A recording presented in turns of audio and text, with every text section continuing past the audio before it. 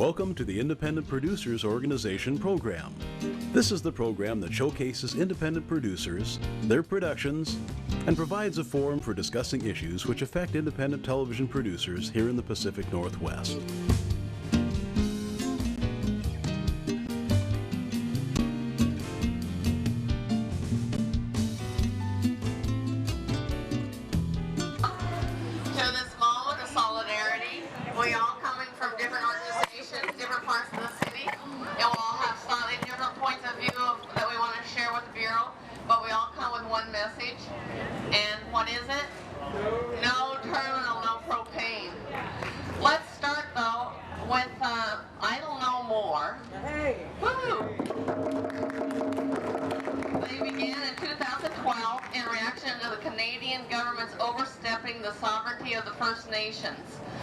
All pipelines are destined to fail, and so it is very important that we all gather here today to make our voices heard.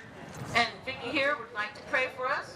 So if we could, bow our heads and let's have a prayer.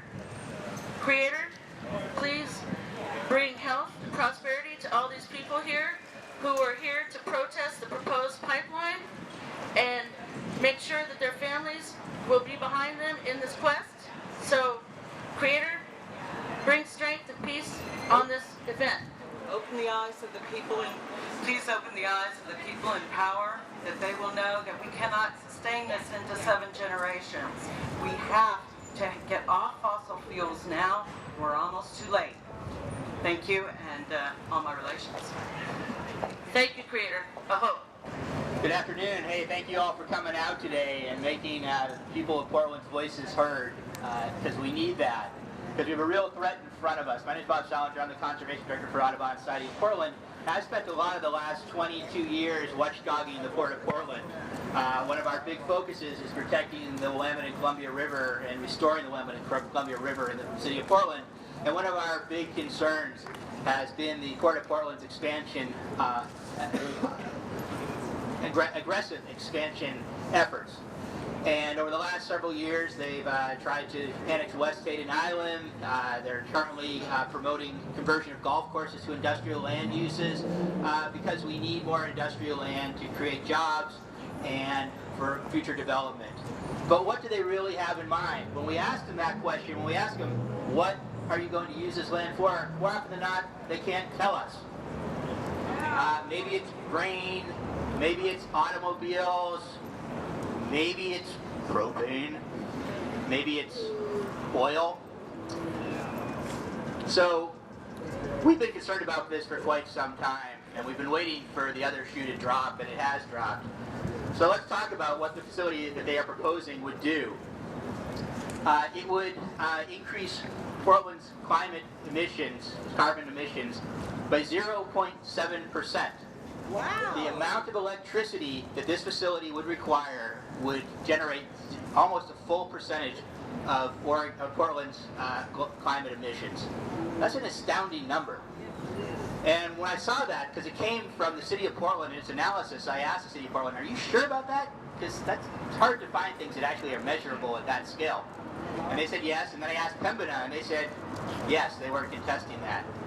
But even more amazing is the City of Portland's analysis that this will increase global climate emissions by 0.01%.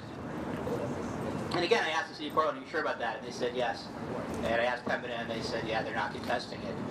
So this is a facility whose CO2 emissions are measurable not only at a local scale, but at a global scale. And this in a city that recently won a presidential award for its climate change initiatives, that has committed to reducing its carbon emissions by 80% by 2050, that prides itself on its efforts to address global climate change. And I want to read you a quote from Mayor Charlie Hales when they recently won the President's Global Climate Change Award. What does it mean for Portland? It means that the pressure is on us to work harder and to think smarter and to demand more of ourselves. So who here believes that this Pembina facility is smarter, working harder, or demanding more of ourselves? No, it's a total cop-out. And so we're going to be faced with the spectacle of the city of Portland asking people to ride bicycles and plant trees and put eco-roofs on their buildings. And we should be asking that, and we should be asking a lot more at the same time that the city of Portland is potentially going to approve a facility that will facilitate the export of between 552 and 828 million gallons of propane every year. No. And it gets worse than that, because the city's analysis, this has been fast-tracked. Who here was involved in the public process to approve this facility? Nobody.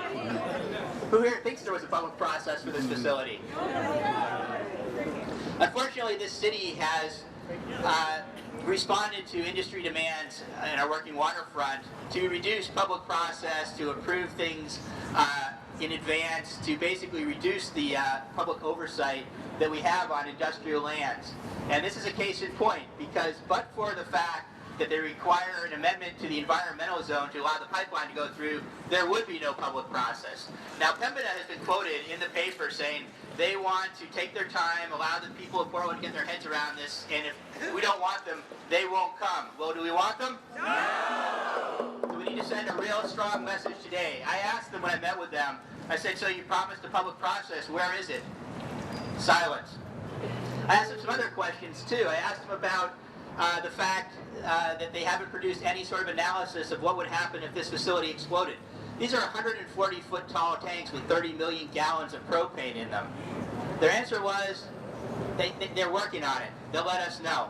I asked them about the security zone that could go around this facility, up to 500 yards in every direction around this facility. They said they're working on it. They'll let us know.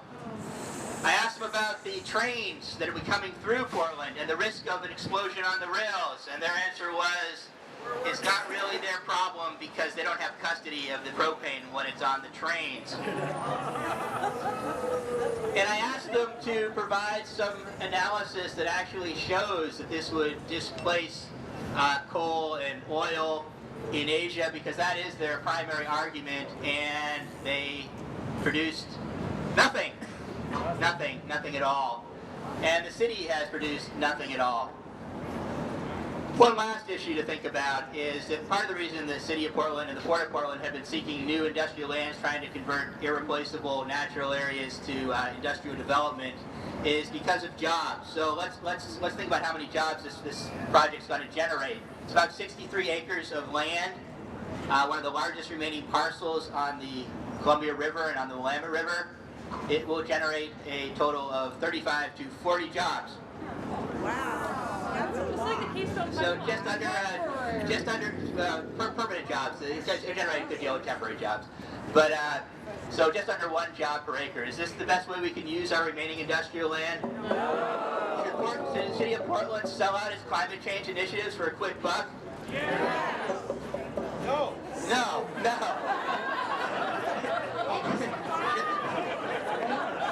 I'll give you a hint. All the answers are no. So, I read in the paper recently that the Oregonian is not taking a position, is not going to focus on climate change as one of its priorities, because it believes that we should only deal with this at the federal and international level. Who here thinks that we're going to deal with this at the federal or international level? Yeah, the only way we can truly make a difference is to exercise control over what we actually have control over. And we have control over this, and so we need to stand with other communities along the Columbia River at the coast of Oregon and say, thank you all for coming out. First off, representing my 500 members of my local, I want to say that we're here to oppose this pipeline project. We evaluated this project's risks and benefits, and we believe it's not the best use of our public and port property. It's par for the course for companies to come in and dangle jobs in front of us and get their project through the permitting process. The sales pitch is one thing, but the reality is often another. And the reality here is that the propane pipeline project will create some short-term jobs during the construction phase, but those jobs will disappear. Portland will be left with a facility that takes up a lot of valuable waterfront space and chokes out other cargoes that are more important to our city. And that's not the responsible use of our port property. propane and other energy trains in general push other rail traffic to the sidelines. Cargoes like containers and grains suffer from delays caused by rail cars filled with fossil fuel. Let's keep the rail capacity open for cargoes that support Oregon families, farmers, and jobs. Propane is not worth the risk and the cost to each and every one of us in the community. I will testify today on behalf of the 500 men and women of my ILW local. We join you in the opposition to the Pembina Pipeline project. We are urging the Commission to make the right choice and recommend rejecting the zoning modifications. Portland should reject propane and protect cargoes that bring more jobs and benefits to Oregon families. Thank you.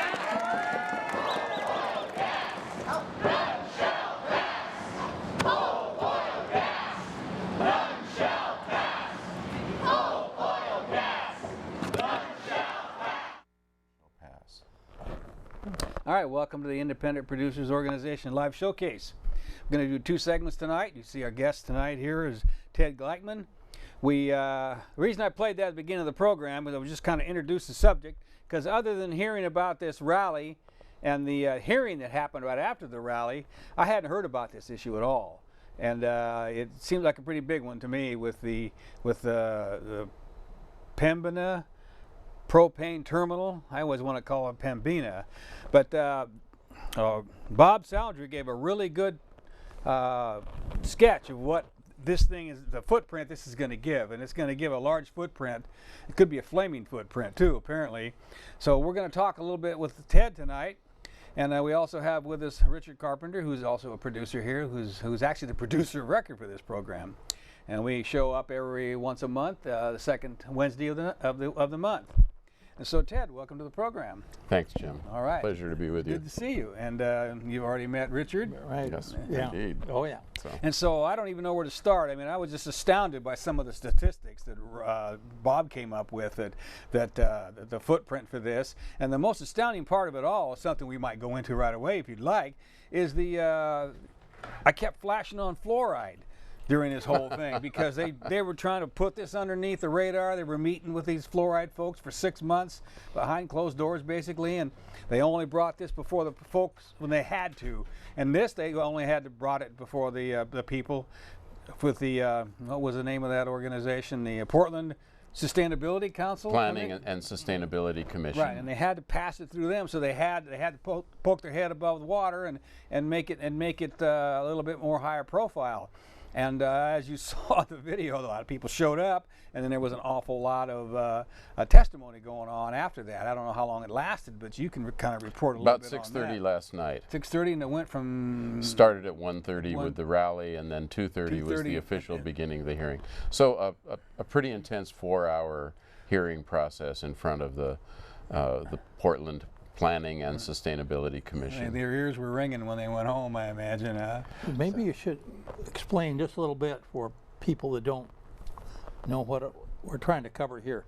Where would the pipeline go, and what?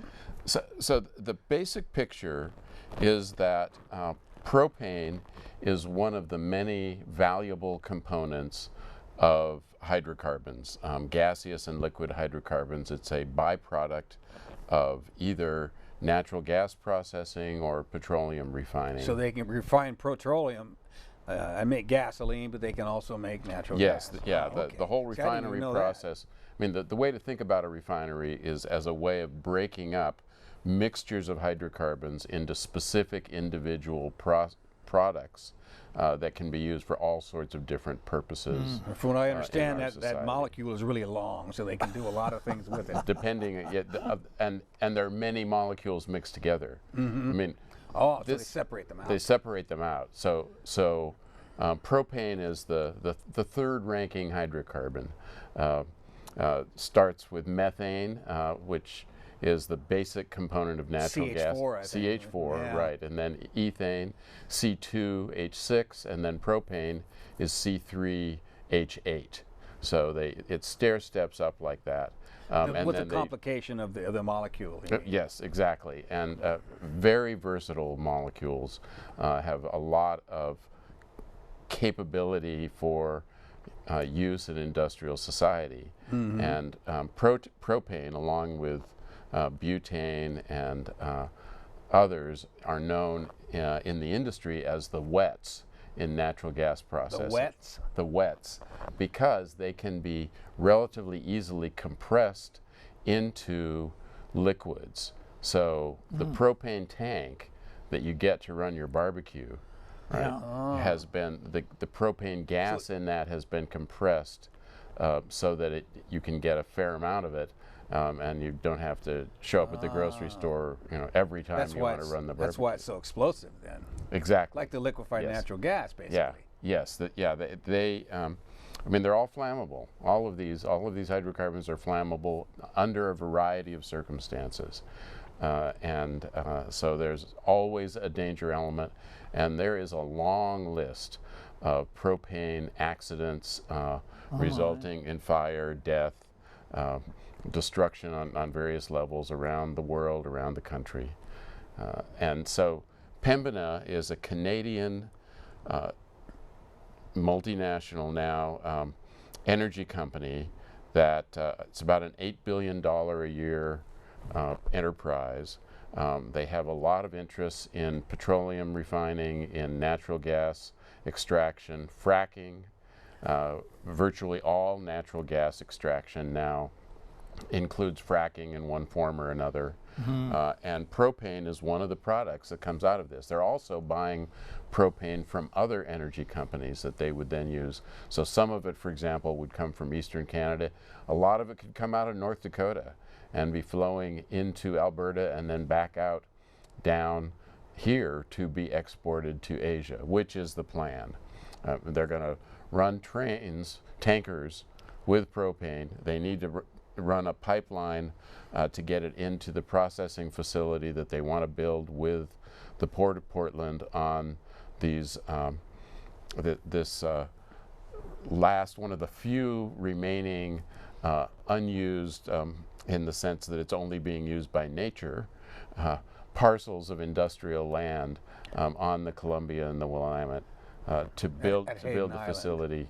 They're across from Hayden Island. Across from Hayden Island, to build the facility, to then put it onto tankers, ship it down across the Columbia Bar, the second most dangerous bar in the world in terms of shipping accidents. Cross currents. Yeah. Cross currents, exactly. To sell in Asia for a variety of purposes. So how is that the propane gas going to get here?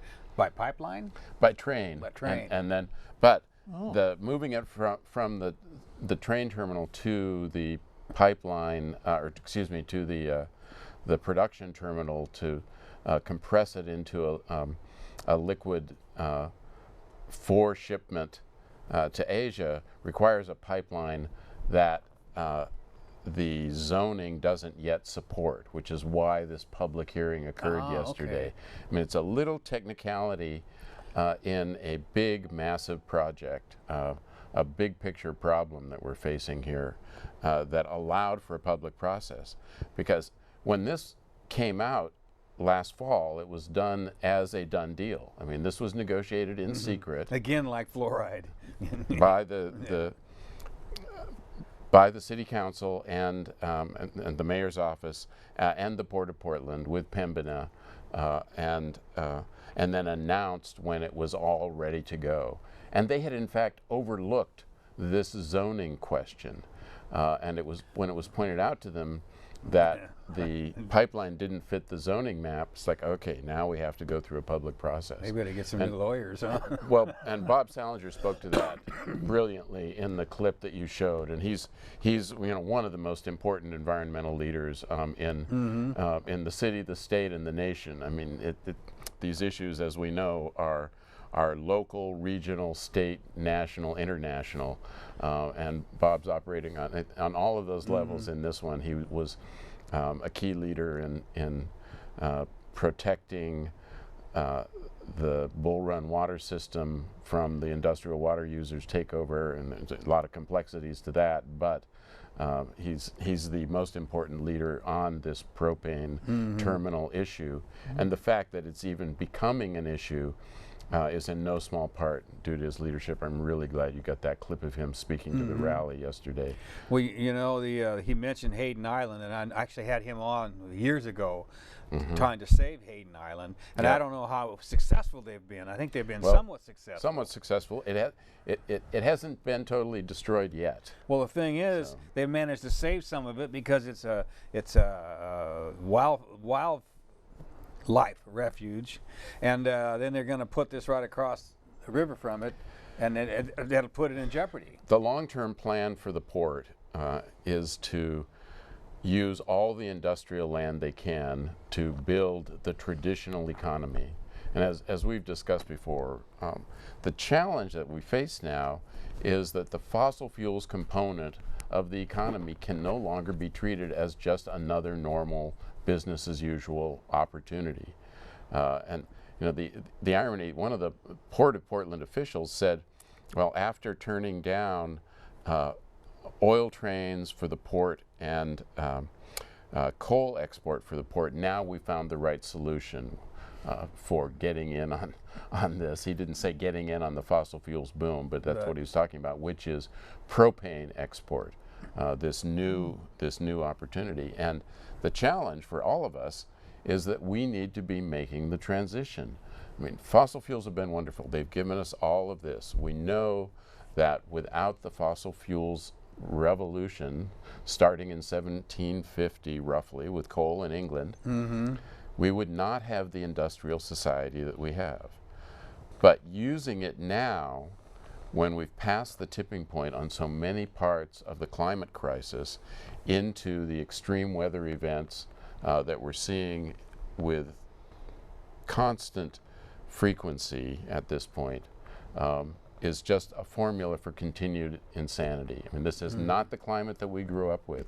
I have a rhododendron blooming at my house. Right and now. that's ridiculous. Yeah. Well, it's strange because it seems to me that this whole thing started, to my mind, with liquefied natural gas, where they were going to liquefy natural gas overseas and bring it here and then degasify it. Now we're talking about, we went through oil, we went through coal, and now we're coming around to propane. We're going to get propane here, and then we're going to just the opposite. Before they were gonna liquefy it overseas and bring it here. Now we're gonna liquefy it here and push it over there. Improve our what the our hell's energy going security. on? Wherever they can make a buck. That's exactly right. It's all about the money. And you know, Naomi Klein, the brilliant author, she's great. Yeah. Her most recent book, this changes everything: capitalism versus the climate. When she spoke about this at Powell's on her book tour, she made the point, look, there's trillions of dollars at stake here, and the fossil fuels industries, the carbon economy, they really want that money. They are going to fight for it on every level that they can. And that's what this is about. And that's what Really? at its core. And that's what you know, Bob made the comment about the Oregonian, our local newspaper, coming out and saying, don't talk about climate change, that's only a national and international issue. Well, this is an issue that's being decided locally, that this single facility, again, as he outlined, has a measurable impact on the climate just by itself. 0.7%, which doesn't sound like a lot, but when you figure that's just one terminal. Exactly. And then 0.01 globally. Globally.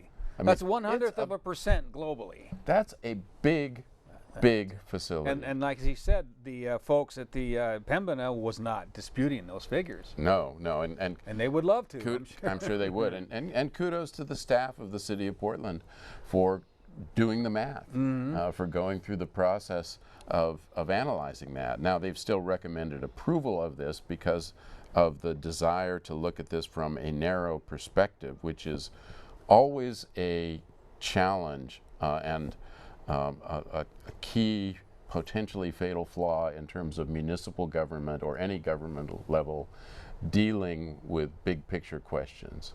And it can play either way. We talked about the decision made by the director of the Department of State Lands to turn down the coal export permit request at the Port of Morrow, where there were a whole series of things going on simultaneously. I mean, they sent it back 8 times to the applicant, Amber Energy, an Australian coal company, for more information. She referenced, the director of DSL, Mary Abrams, she referenced the 800,000 public comments that came in and the importance of their review of those. And then there was a tribal fishery. And so the governor had made a strong statement against coal. He's been mixed on that to some degree and on other energy issues. Mixed up. Or not helpful on LNG to date, for example. And that's not settled yet. But in essence, she was able to decide a global challenge on a local technical issue. And the real lesson out of this, and again, Salinger did a brilliant job of explaining this, is that we have to look at these things on all levels.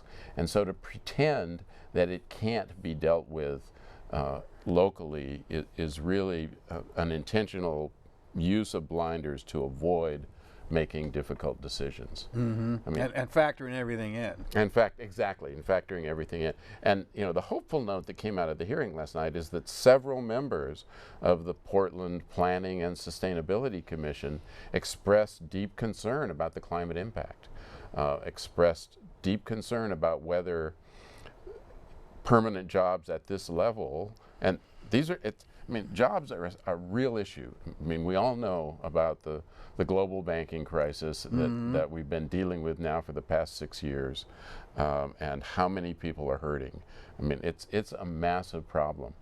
But at what level do we continue to sell our atmospheric birthright, our livable climate, our agricultural basis, for jobs at some economic level? I mean, they're real jobs, to be sure, 30 to 40 permanent jobs, 700 construction jobs for the construction period. They're real jobs. But jobs that damage the planet on a measurable scale. On a measurable scale, exactly, are not good jobs. Real jobs, yes. Good jobs, no. I mean, the good jobs that we need are for clean energy conversion, solar, wind, renewables on all levels, along with efficiency and conservation, rebuilding of infrastructure to reduce energy use, as well as developing the new renewable energy sources that are absolutely economically and technically fully ready for prime time now. So, 1, clean energy. 2, disaster preparedness. I mean, we live in the biggest earthquake zone in North America. We are going to have the largest earthquake in United States history. This month will mark the 315th anniversary of the last time that the Cascadia subduction zone popped. And that's the one that inundated what is now downtown Seattle and all that. Yes, that whole thing was under 100 feet of water or something. Pieces of the coastline went up and down 20, 30, 40 feet. There's a great book by a science writer for the Seattle Times, Sandy Doughton, called Full Rip 9.0. So a full rip is seismologist jargon for the big one, and it's not like the San Andreas fault. It's not a slip fault. It's a subduction zone, because the Juan de Fuca plate is being compressed by the Pacific plate and the North American plate, and when it pops, it makes a magnitude 8 or magnitude 9, never less. That's what happened with Fukushima, wasn't it? Yes, exactly. It was a subduction quake, and we are the mirror image of the Fukushima Tohoku earthquake of March 11th, 2011 here. And it's about a 50-50 chance of seeing that for any child alive today in their lifetime. I don't think it's scheduled until next Wednesday, actually. So we've got time to get your affairs in order. Right, exactly. Well, but you know, the same thing could happen, you know, with Mount Rainier. It's gone off in the past, and the mud flows went all the way to Tacoma. So we're not that that's going to happen or not going to happen, but this is, like you say, this is a very, very volatile area. I have a buddy who said that he didn't realize that America was not not immune from natural disasters until Mount St. Helens blew up. It's like American exceptionalism. You know, we are magic here. We got It's the white true. hats. Yeah, exactly. How could anything bad possibly happen to us? Well, it turns out we are just like every other piece of the planet. Sure. We're constantly in motion. So energy, fixing our energy system, disaster preparedness, rebuilding buildings, creating refuge zones. I mean, the official prediction by the state of Oregon from a study that they did last year is that when this earthquake hits, not if, but when it hits, and the tsunami that goes with it, the coast will be uninhabitable, unquote, for 18 months. And Portland will be without water and electricity for 3 months. So, But our this is- electricity doesn't come from the coast, though. It comes no, but all of the lines will break. Oh, I mean, okay. when this magnitude 9 off the coast, by the time it gets to Portland, it's down to magnitude 8. Still huge, still bigger than the San Francisco earthquake of 1906. I mean, a huge, massive earthquake. There are 1,200 masonry buildings in Portland. At this point, almost all of them are going to come down. Very few have had earthquake remediation. Well, now that you mentioned, you know, we're talking about disasters and we're talking about propane. Most of the damage that was done in San Francisco, I don't think was the buildings falling. It was the fires. It was the fire, exactly. And in fact, there was an LPG and LNG plant complex in Tokyo Bay in Chiba, Japan, that blew up when the March 11th, 2011 earthquake hit, 120 miles away. Now, it got almost no press. Small potatoes compared to the... Well, exactly. There, 4 nuclear power plants melted down, 4 reactors, the Fukushima reactor set, and 18,000 people were washed out to sea in the tsunami. So there wasn't a lot of window for that. But the fire burned for 6 days, 11 days. 6 people were killed, dozens were injured. It took them 11 days to put out the fire. You know, there's a coal fire and We may have a picture of that. And that liquid. is that it There there? it is. Yeah, that's it right behind us here. really? And it's you can now that's the tar sands in Alberta, which relates to the. So here we are on this guy. So see the full-grown trees down at the bottom of the picture there. On the left there, yeah. Yeah, in the foreground. it gives you the token landscaping gives you a sense of the scope of this fire. So this is the kind of plant that similar to the kind of plant that would be built by the Port of Portland for processing of propane. He said 150-foot tall tanks. Yeah, Is 100. that what, Yeah, is that what those are there? The same thing? They're certainly similar. Similar. I think the ones intended for here are cylindrical. You know, it strikes me, right, you know, we're talking about the global climate change, and even aside from the global climate change, we have the technology, you know, we have the ability to move beyond that. That got us so far. You know, you can make arguments about whether our civilization is really worth it. You know, because I don't really think that our technological world has really improved people. It might have improved some people on top. And the people in the middle that has improved is slowly going down, the economy and all. But the fact remains that we could have gotten off this merry-go-round of non-sustainable energy Absolutely. 20 years ago. I know Yeah. when in If we 19 listened to Jimmy Carter. Exactly what I was going to say. In 1970, when it went to $1 a gallon, Jimmy Carter and a lot of smaller municipals started giving incentives for putting the what do you call it? The photovoltaic cells and the wind and all that. And then of course Reagan came in and took them off the White House, and all that went away. If we'd have spent this last 40 years going down that road, Right. we probably Absolutely. wouldn't even have the issues with the Mid East as well, because we wouldn't have been over there fighting for oil. So it just snowballed. Thank you, Nicely Reagan. said. It's true. And it just seemed to me that we could have gotten off of that. Right. And, I typically introduce myself to millennials at this point in history as a member of the generation destroying the earth for their generation. Sorry about that. Hope they do better. Yeah. Some of us Hope still you wise care. up. Well, and I mean, we have squandered all of our legacy of time on this. And that's why the position now on the Pembina propane terminal is so difficult for a group like the Portland Planning and Sustainability Commission, a bunch of well-educated, civic-minded people who really do care in various ways and with their own priorities, to be sure, about the health and future of the city. They are now being forced to make a decision that can't be made on narrow technicalities because we don't have 100 years, as Bill McKibben put it. If we had 100 years, this wouldn't be a problem, but we don't. We have more like 10 to 15 years. That clock stopped ticking a while back. It did, and the challenges that we're facing now are at a whole different level, and our systems of government, our systems of management, are really not ready to deal with these challenges. Nor is our planet, the various systems of our planet, ready to deal with the weight that we put on them. I think the mosquitoes are going to be fine. Yeah.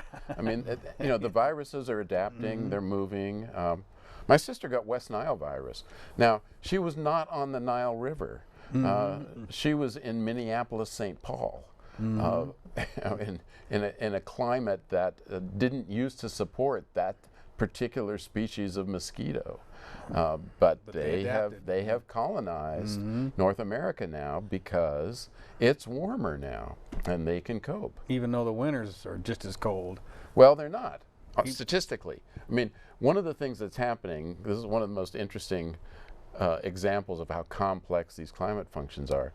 The jet stream is slowing down because there is so much more moisture in the atmosphere from Arctic melting and other glacial melting. And as it slows down, it becomes more subject to other weather patterns. And so this whole polar vortex thing, where it got to 42 degrees below zero in Duluth last winter, is because the jet stream is being pushed around by the different weather patterns on both sides, and it dropped down. Now, that's not an unprecedented event, but it's happening more often. At the same time, the average in winter is warmer overall. Just a couple of degrees maybe, but... Well, and that's exactly what's going on. Yeah, and it varies a great deal by locality as well. It varies land versus water in terms of the way temperatures are working, but we all know that the summers are hotter. I really feel bad about all the cold that those people in the Midwest are going through. 300 million people just devastated by snow and ice. And right now, you mean? Right now. I haven't been checking much in the weather, but I know that we have been going through periods like that. Yeah. The weather is becoming more erratic, but one of the other destructive functions of the climate crisis is that it's more stable within that erratic nature, in the sense that a weather pattern will stay in place longer. So a heat wave that might have lasted for 2 days 100 years ago now might go for 5 days before it breaks up. And that's statistically cold. Yeah, and we're starting to see these patterns show up statistically in ways that are really dramatic. In 2003, there was a heat wave over Western Europe that killed 30,000 people. That was the one in France, I remember that. Yes, yeah. Bad one. And it's one of the reasons why the European Union ended up taking a strong leadership position on climate issues. I mean, it got a fair amount of press over here for people who are paying attention, but nothing like what it got in Europe, of course. And now, actually, with looking at excess deaths, which the actuarial consultants can do, you statistically analyze what's going on, looking at that whole picture. They think the total death toll for that period of time was more like 70,000. That a lot of people, elders, infants, the people who are immune challenged, the people who are the most vulnerable, then succumbed to other ailments and illnesses because they were so weakened by that excess heat. The big killers are droughts, heat waves, famine, disease. So all stuff that happens in the third world. Right, right. Yeah, except of course when you have the Atlantic Ocean in the New York subway system with Superstorm Sandy. Superstorm Sandy, yeah. Or when I was arrested at the White House protesting the Keystone Pipeline the first time. Thank you. It was 2011. And Hurricane Irene, you know, Bill McKibben at 350.org set up this 2-week period for people to come and try to make this a big public issue. And there were 13 Oregonians, 1,253 people from around the country who were arrested during that period of time. They had to take 2 days off in the middle because of Hurricane Irene, which was only a Category 1 hurricane, but it was massive. It took out, had so much water in it, it took out almost every covered bridge in Vermont. And it stayed for a while. And it stayed for a while. Yeah. It moved slowly up. Connecticut, we're not talking about the global south here. Connecticut was without power for 11 days. Hard to keep your ice cream frozen at that without that electricity. So the hot Christmas gift in the wealthy global monopoly corporate capitalism based suburbs of New York City and Connecticut that following Christmas was a $10,000 diesel generator to put in your garage so that when the grid goes down you can still keep your ice cream frozen. And you still can change channels. Well, this is you know, really clarifying the whole thing about the global climate change. But we're down to like 17 minutes, and I'm thinking that we might talk a little bit about, you know, we mentioned tar sands, and that was a great picture we had there. But that's what's going on. But this propane, you say, is coming from either natural gas or it's coming from production of petroleum, and it's refined, and then it's going to be. From there, I'm kind of hazy. It's going to be put on ships and then shipped down here. It's going to. They're going to build. I know you said they're going to build a pipeline, maybe from North Dakota north, to refine it. But how's it going to get here again? So I'm still studying this. So let me be clear on this. I have not been deep enough into this to claim that I have all of the answers on this. But my understanding is that it's going to get here by rail through the Columbia Gorge, and that the pipeline piece, I mean, it's going to come from Canada on rail, by rail in tanker cars, and it's a lot of tanker cars. It's a lot of tanker cars, and already I've talked to a number of people. You want to go by rail from Portland to the East Coast? One of the best paths is Amtrak through North Dakota. They're already having multi-day, not just multi-hour, but multi-day delays because of all the fossil fuels rail traffic with this heavy crude oil out of North Dakota from the fracking of the shale underneath North Dakota. Which is boomtown right now. Yeah, exactly, with lots of issues and problems there.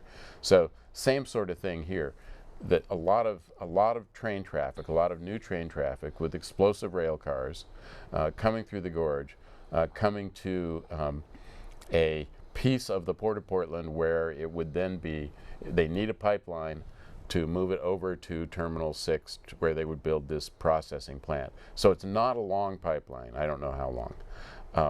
But it just happens to fall into a zoning exception that hadn't been approved in this case.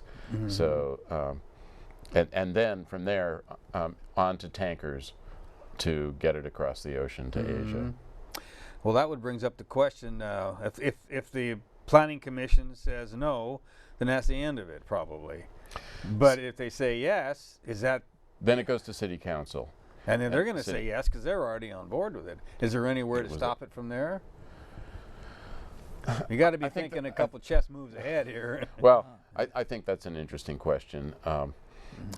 Personally, I would want to talk to our colleague Bob Salinger at the Audubon Society, since he is really the main leader on this, and I was really happy to have the opportunity to hear him talk about it yesterday, because he's done a tremendous amount of preparation on it.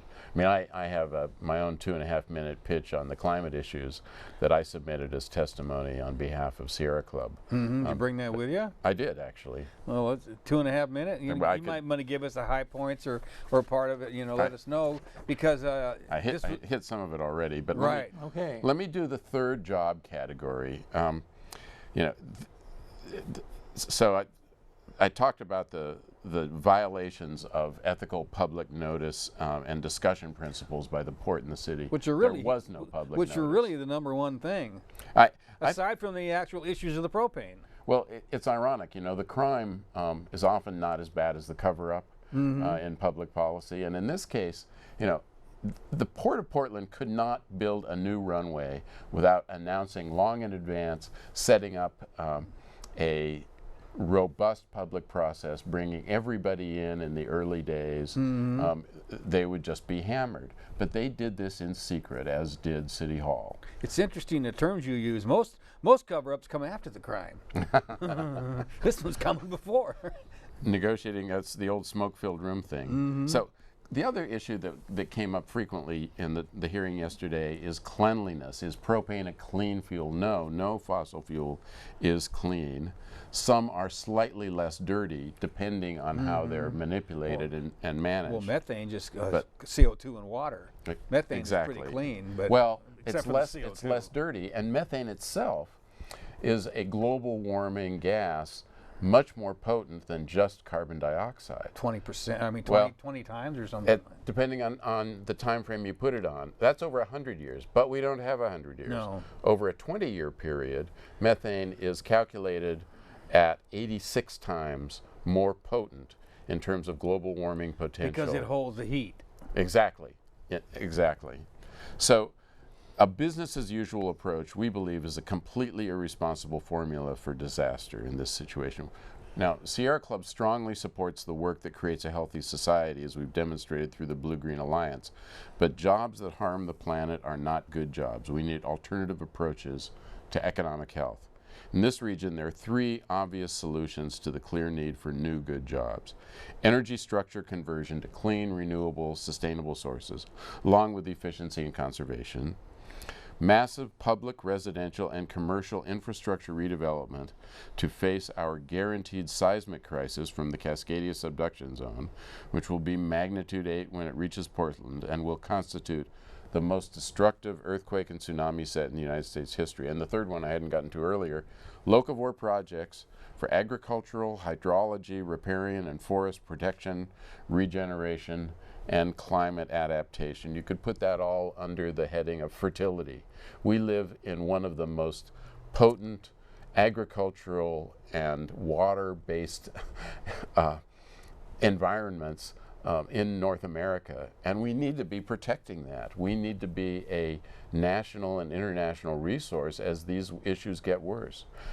And so there's a lot of opportunity for development there. Sure, we could take a real good idea about how this can go awry when you start looking at California, where they're planting I don't know how many thousands or hundreds of thousands of almond trees, and it takes like what 14 gallons for, or I don't remember what it was. It was a large amount of gallons for one almond, and they're just pumping the aquifers, and the corporations, the big money folks, are just bringing in there, buying up more and more land and putting in these trees and pumping up more of the aquifers in the face of a 3 to 7 year drought.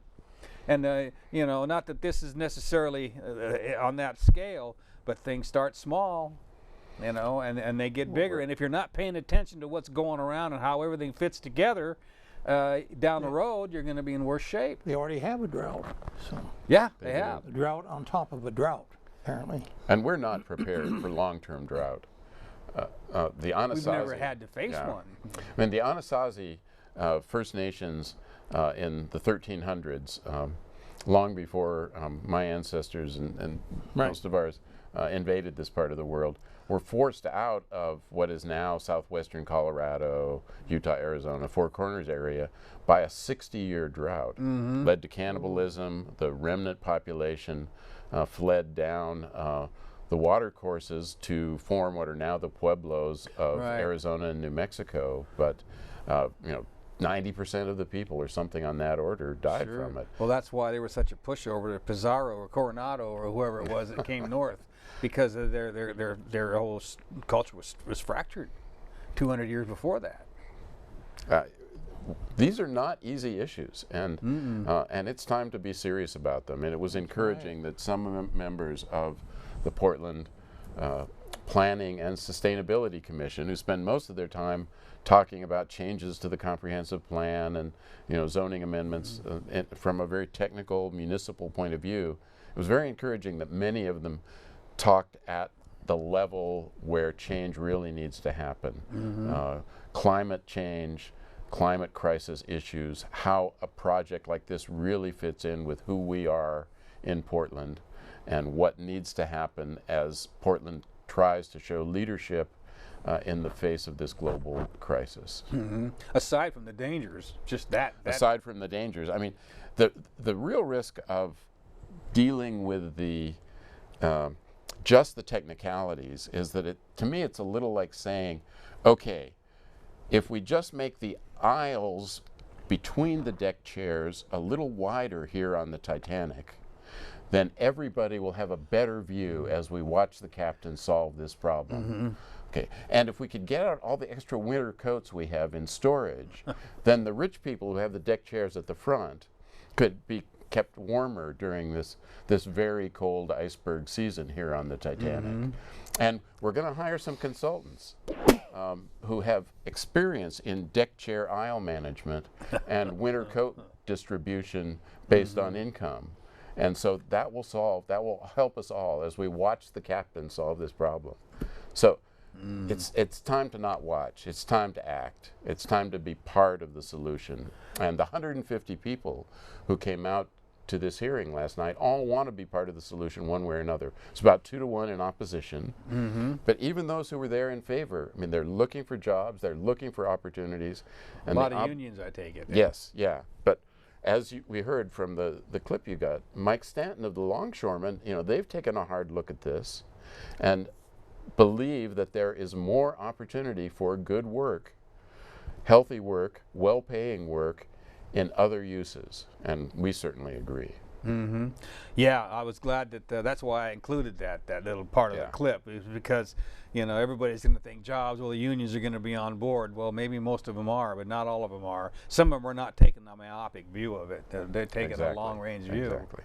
That's what I'm hoping we can get more people. That's why we're doing this show. Is like I said in the beginning, I haven't really heard much about this. Obviously, that's the way the city council wanted it, and that's criminal.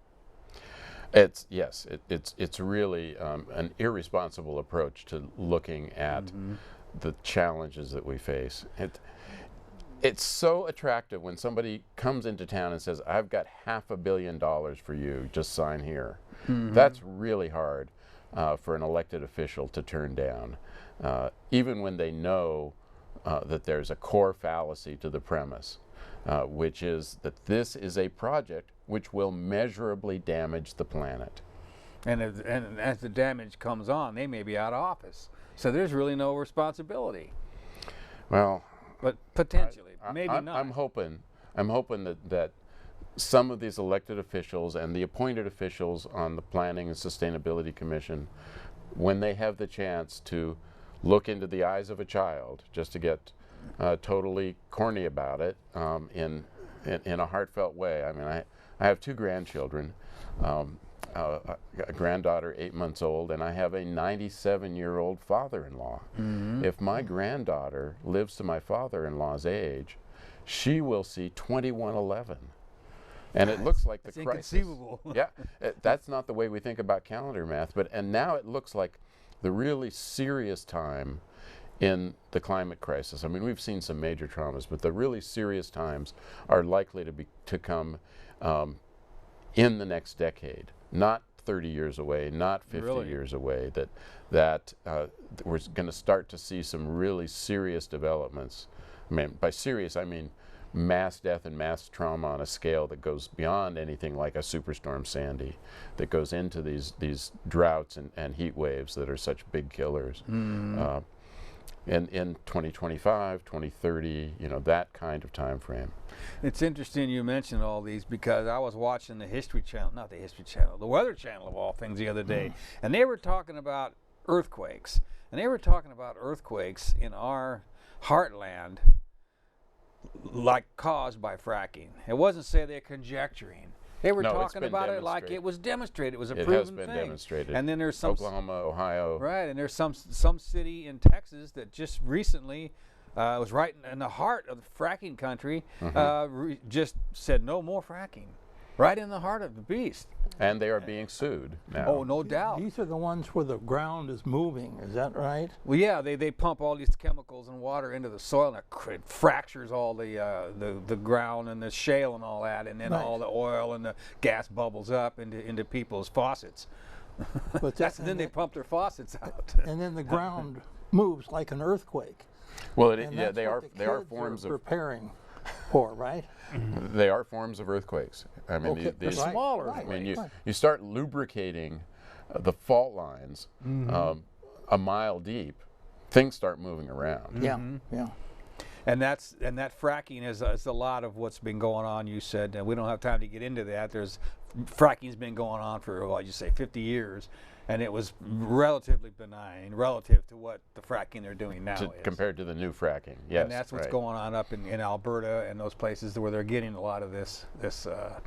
Yeah, old fracking and new fracking. At this point, both are major problems in terms of trying to get us in a transition to a sustainable energy regime, a sustainable way to manage the energy that we need, to reduce those needs and to make them more effective with renewables.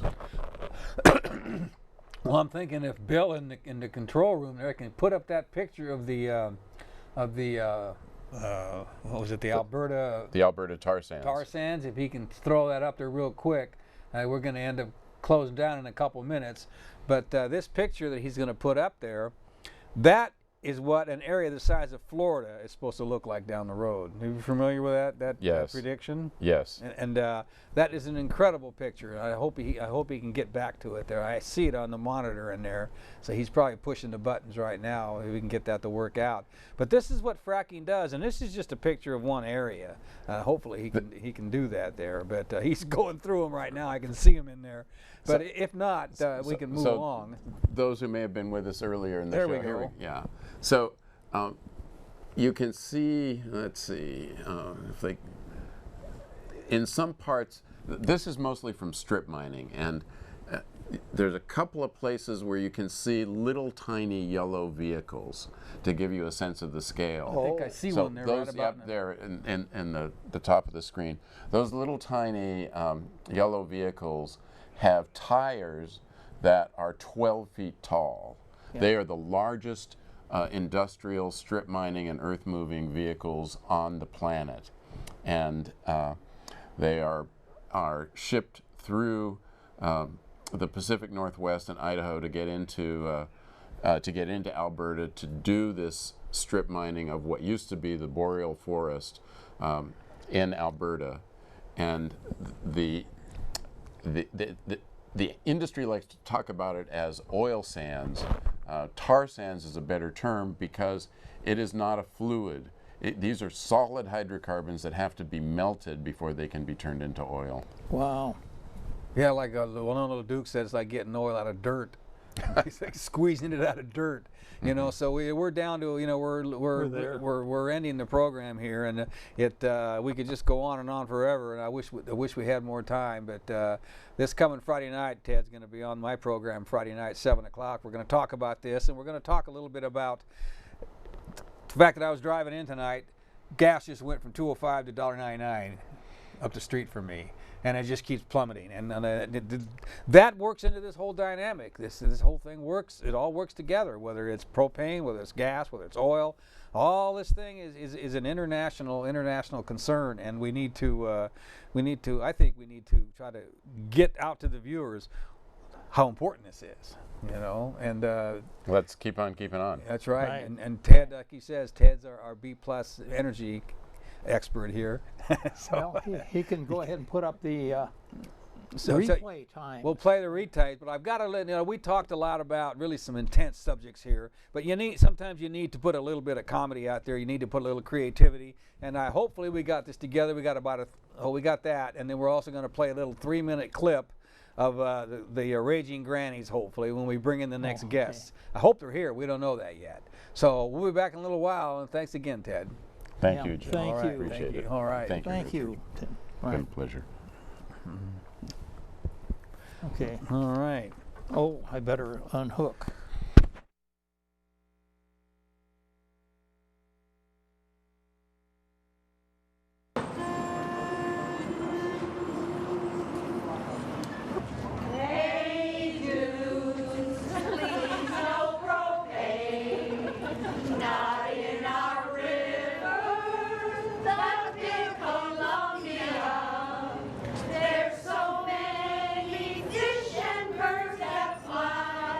The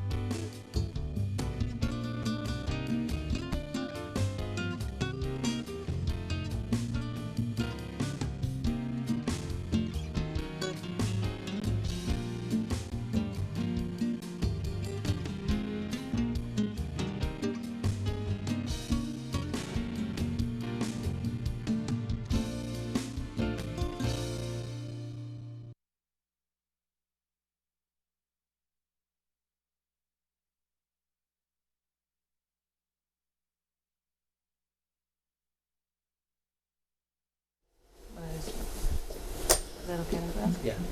Welcome back. We're here again, and we're here with Northwest Battle Buddies. And I've really been looking forward to this. So I want you to start out a little bit, telling us about yourself and what you do, and Sharon, if you have more to say about that. Sure. How about name? Ladies first, go ahead. Oh, Shannon Walker is my Shannon, name. right, Yeah, okay. Shannon. Wow. And I'm a dog trainer. Have been for 20 years professionally. Wow. And started Northwest Battle Buddies 3 years ago. Think of all the patience that you have to do that.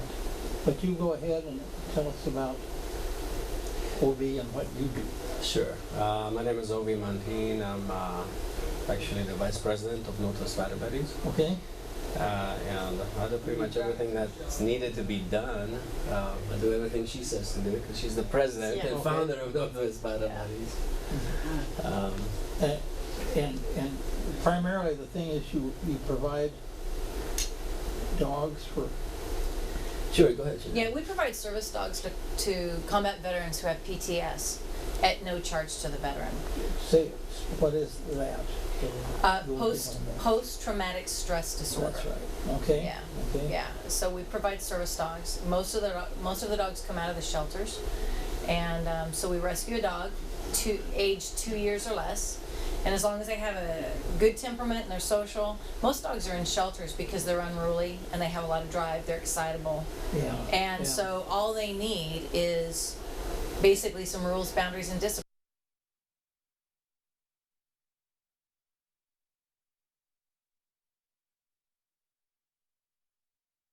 For veterans. Connect with Oregon Humane Society, David. I haven't connected with David. We did work He's closely. Has he? So that's, The very first shelter we worked with was Clackamas County Dog Services. And so they're the first shelter we worked with and adopted our first 5 dogs out of there. And we've actually received about 8 dogs out of that shelter itself that are actually serving our veterans now. okay. So we use all breeds. It doesn't matter necessarily what the breed is. What matters is the temperament of the breed. Okay. So we have all breeds. You can see we have a Rottweiler, we have Shepherds, we have Pit Bulls, but we also have we also have Labs, we have Golden Retrievers, because it's not breed specific. It's temperament specific, and health specific. I guess I always thought that the Pit Bull had something inside that could explode at any time. But, You know, they're just powerful. They're a powerful breed, no different than the German Shepherd or the Rottweiler. I mean, I've been training dogs professionally for 20 years, and I've seen what hits the news over the years of that I've been training. And it used to be the Doberman, and then it was the Shepherd, and then it was the Rottweiler, and now it's the Pit Bull. But when you have a powerful dog that doesn't have direction and doesn't have order, then you're going to have issues. And then to have it also, in my opinion, gets sensationalized. oh yes. You know, and so the thing about the Pit Bull that is wonderful, and the breeds that we use, or the dogs that we use, is the one thing they all have in common is they love people, they're guidable, they want to please you, and they're very, very sensitive, friendly dogs. And that's what matters. Yeah, you probably watch the dog shows, big dog shows from Madison Square Garden. Actually, I don't. Oh, I don't. okay. Yeah, I do Yeah. watch the Dog Whisperer, though. We I do? watch him, yes. But I used to compete in Schutzhund, which is like police dog training. Oh, okay. And so it's protection, tracking, and obedience. So what I did when I competed and how I got my start, it was all very active. It was all very much hands-on. I never, actually, at times I ran around the ring and showed my dog in conformation, but it was always Platz. It was always in the German sport. And so that's very different than what you'll see in the Rose Garden or whatever in the AKC shows. It's very different. All I know is whenever we watch one of those, you never hear a bad thing said about any dog. Never hear a bad thing. That's just, I guess that's all right. That's fine. In my opinion, it's all about breeding and then what you make of them. You know, Okay. they are learning every day what's acceptable and what's not acceptable. So it's the human's responsibility to teach them in the right way what we want, in a way that they're going to understand, so they can be what we want them to be. Okay. Yeah. Okay. How do they come in and apply and ask you? Veterans? Yeah. Yes. Okay. We have an application process that they can find online. Our website is northwestbattlebuddies.org, and our qualification process is online. And they apply initially, and it's just to make sure that they're at a right. I mean, there's qualifications in every organization or in anything that's done, and so there's a qualification process. So once they go through that process, then they actually go on a waiting list, and it's about a year right now that they wait, because the demand is high, and when you're a nonprofit, sometimes it just takes a while. And so right now it's about a year waiting list, and then what we do is right now we are actually getting ready to graduate, or 6 dogs are going home with 6 new veterans here in 2 weeks. And so some of those people had been waiting about a year and a half.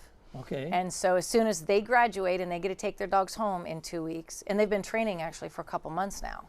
So when they get to take their dogs home, then I get to start on a new batch of dogs training, and then as soon as they're ready, then we bring in 6 or 7 more people, and we match them up specifically, make sure it's the right dog for the right person, then train the veteran on how to handle, and then they get to take their dog home. Mm-hmm. Wow, sounds nice, good for them. That's such good intent there. It really sounds great. Now, I want you to tell me if you're ready to, if you wanted to do something first. Sure, at this time they're going to play the video of Northwest Battle Buddies that UPS has produced for us. Are we able to go ahead and play that video for Northwest Battle Buddies? They also want us to talk more about the veterans and the difference a dog makes in the life of a veteran, and I believe Shanna is more qualified to talk about that. Do you want to talk about that? Right now? If they get this on and it interferes, we'll go to it. Cue the video that we have, so go ahead. But you want to tell them the difference? Yeah, you go ahead. Yeah, we're still waiting for it. Yeah. Oh, absolutely. For the video. Well, the difference the dog makes in the veteran's life is all of the dogs are trained to go out and be able to navigate the outside world, whatever the veteran is going through, whatever his lifestyle looks like. So first of all, the dog is trained because they're with them 24/7, whether it's work or home or whatever it is. But then the dogs are also trained for some specific things. I mean, the dogs wake them up from nightmares. The dogs act as a social barrier. Some of our older veterans, or just because a lot of the combat veterans have had trauma to their body, not just the invisible wound of war of PTSD, but also physical injuries to where balance is an issue. So the dogs are taught to brace and also help with balance. So the dogs are also taught specific things like that, and that's what catered to the individual need of the individual handler. At this time they have the video ready for us, so shall we watch the video? All right. And we'll come back.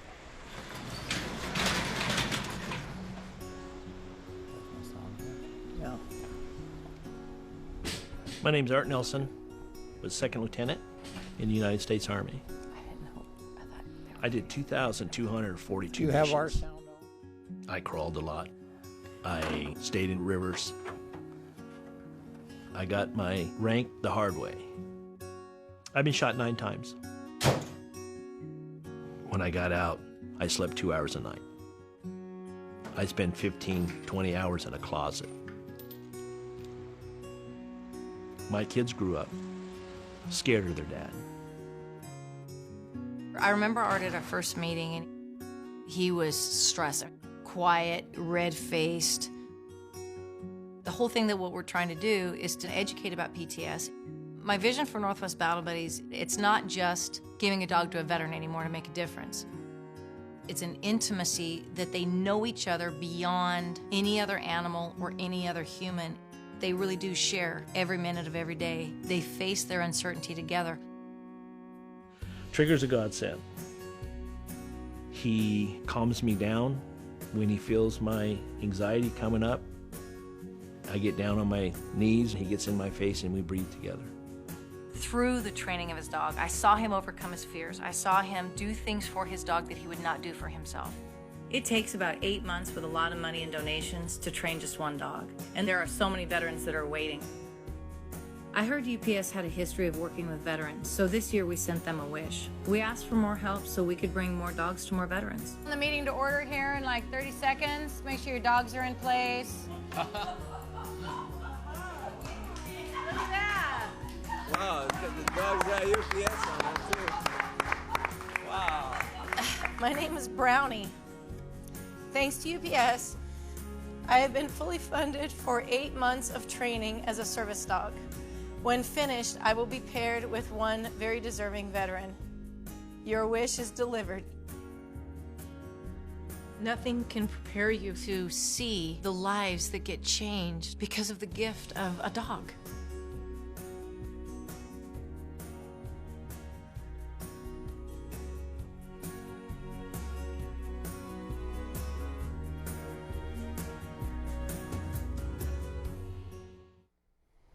Oh, back on.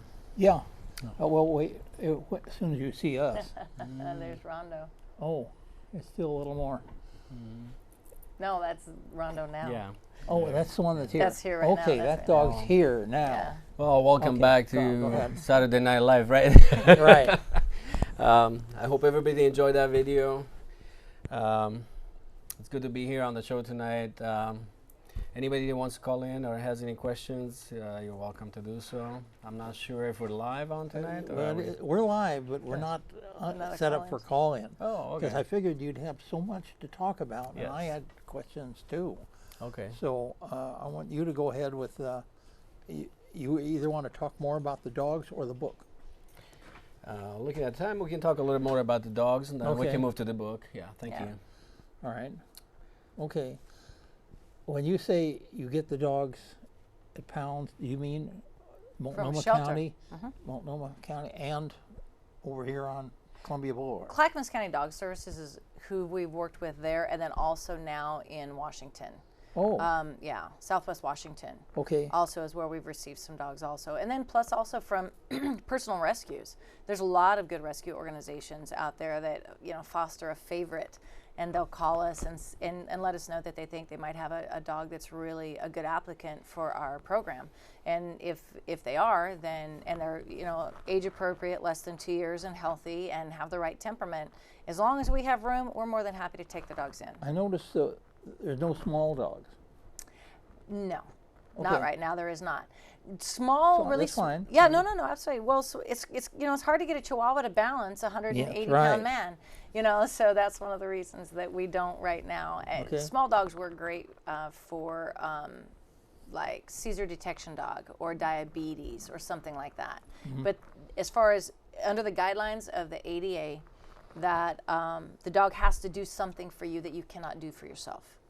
So that's why. And that's sensing when you're having a reaction, when the veteran or whoever is sleeping, they're going to have, I'm trying to think of the word. Well, they have a nightmare or. Yeah, reaction, whatever it is. Okay. And they can sense this, are they trained, or is it come natural? Absolutely. It's natural to the pack animal, but it's not natural just in any dog. What makes this connection work is the fact that when you have a dog that is with you 24/7 and you're taught to lead and handle the dog the way that they are, the relationship is very unique to any other relationship that the human will ever have in their life.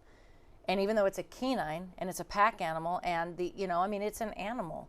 They have their own instinct, they have genetics, but when you have that connection and you have that trust that they do and they know you, it is inherent in the pack animal they want to serve each other. They want to make sure that you are okay. In a pack, they have each other, for lack of a better way to put it, they have each other's back.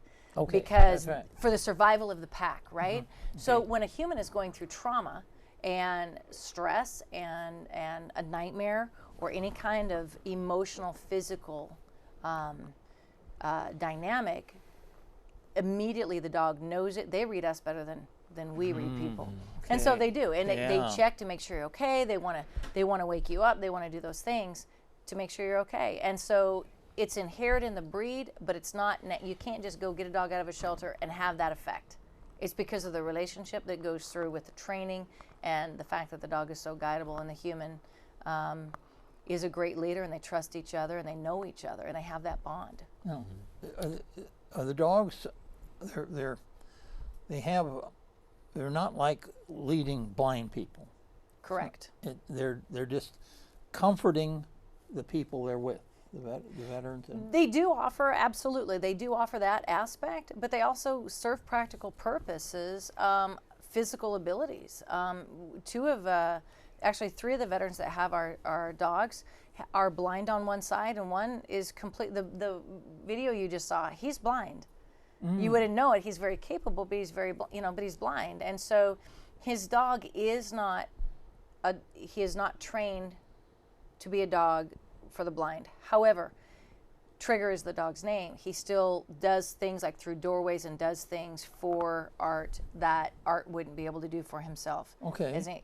But balance is a huge issue. So it's not just the fact that they don't offer just emotional support. They offer practical physical needs that the teams have, that the veterans have. Why don't you talk a little bit about the social barrier that the dog breaks? Well, yeah. I mean, the thing is that often, especially even for the guys that are only sighted on one side, it's perfect. When they have a dog that is walking on their blind side, they have that social barrier right there. And then if somebody is there and starts to approach, they actually will hit or nudge, so they know that somebody is approaching on that side. And to us, it doesn't seem like a very big deal. But actually, the first time I got to watch it happen for one of our new teams right now, there's a Vietnam veteran out of Seattle who has one of our dogs, and he isn't sighted on one side. And he was anytime anybody approached, Jewel would come in closer and nudge him. And he called his wife and said he felt safe in public for the first time, because even though he couldn't see on that side, she did. And so she was a social barrier for him. And it was really emotional when he was telling me about that, because not only do these dogs serve a purpose, but they're serving our American veterans who have served everywhere from the Korean conflict, that's our veterans right now, on up. And for me personally, I've been a dog trainer for a long time, and I've done a lot of things, but nothing has been more fulfilling than to watch these dogs make the lives more fulfilling and better, and also to help bring healing and health to our soldiers who have fought. And I say soldiers and Marines and seamen and airmen. See, we have kids that are in the Marines and the Army and the Air Force, and you don't call a soldier Marine, and you don't call a Marine and airman and all that. So I'm learning that. But my point is that it's very fulfilling to see what a well-trained animal the difference it can make in the life of somebody who has given so much to our country and our freedoms. So there's you're including every war. Korean. Absolutely. Okay, I thought so. I just absolutely. Does it go back to the all Second conflicts? World? There's still. We actually have a World War II veteran who has applied, and so we are getting on that right away. He will not be waiting a year. We're going to get right on that and make sure that we can. And I won't worry about the dog necessarily being 2. If we have a nice dog for him right away, I think that's going to be the way to go. So yeah. We're talking about the waiting list. Okay. It's not that we cannot put out as many dogs as veterans apply for, but the finances are not there. It takes 6 to 8 months to train a dog and to put him to pair him together with a veteran, and just to board the dog costs $29 a day. So when you add that up over the time, 6 to 8 months, it adds up, and we don't have the finances. Simply don't have the finances to provide. Did you try for grants and different things? Yes, we did. We got a few grants, but they're very small at this time. We're a young organization, and we had to show that we are serious. We're going to stay in business. We're going to stay active and provide what we promise to provide. Also, we have 5 major events a year. Next one coming up May 2nd. It's a formal sit-down dinner, live auction, silent auction at Embassy Suites by the airport. Embassy, yeah. Anybody interested should contact us at notoysbatterbuddies.org. Did you have a website? Yes. So Northwest Battle Buddies.org, the website to obtain more information on this. Yeah, and it's all spelled out. NorthwestBattleBuddies.org is all spelled out. Yeah. Except I made it one word when I put put it together, but That's all good. I was trying to go by memory, and I Yeah. should have done better than that. Yeah, no, that's all Okay. Now, That's all good. did you have anything else, or did you want to? Well, this time we can talk about the book. Okay. Yeah. Do they have some information in there about the book? Is it? Yes, I believe they're going to put up the website shortly. Right now they have the Northwest Battle Buddies website up, and that's Okay. awesome. Shows the veterans that are currently being trained by Shannon. That's at Vancouver Mall. Oh, okay. Yeah, those are the teams that are graduating in 2 weeks. Yes. Anybody watching, they can go to the website and click on the links to watch the videos we just had on there. Okay. There's links to past events that we have, information about future events, how they can donate, Facebook links, and YouTube videos, and so forth. Yeah. Very detailed website. When you provide an animal, do you sometimes get paid back some for it, or from the veteran, or You know what? No, it doesn't work that way? No, the dogs are 100% free to the veterans who Right. qualify. Yes, I will tell you that there are veterans who will donate to the organization. That's what I meant. And I'll tell them, it's like, no, the dog is free to you. You've earned it. You've served. I mean, we want to say thank you. And they'll give me the money, and they usually have tears in their eyes, and they're saying, I want to give money because I want the next guy to have a dog. And it's really touching, because I'm telling you what, there's a brotherhood and a relationship there amongst, doesn't matter which branch of the military they served in, but how that brotherhood and that commitment they have to each other. It doesn't matter what conflict, and it doesn't matter if it's an Iraqi soldier coming home now or a Vietnam veteran that came home, back then.